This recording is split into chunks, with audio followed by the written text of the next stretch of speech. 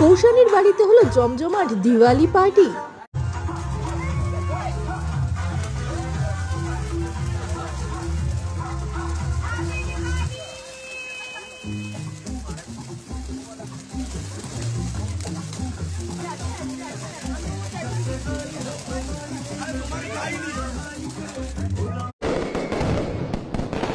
Cine Gossip.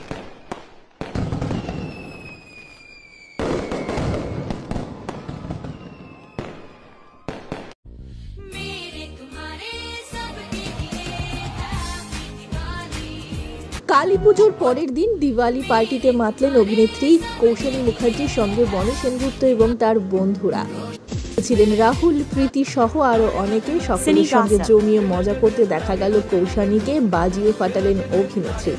কালো রঙের সালোয়ার, খোলা চুল, ঝুমকো কানের দুলে মিষ্টি দেখাচ্ছিল অভিনেত্রী কৌশানীকে। কালী পুজোর দিন বাড়িতে নিষ্ঠাভাবে মা কালীর আরাধনা করেছেন। তার পরের দিন বন্ধুদের সঙ্গে বাজি ফাটালেন তিনি বাড়ির ছাদে।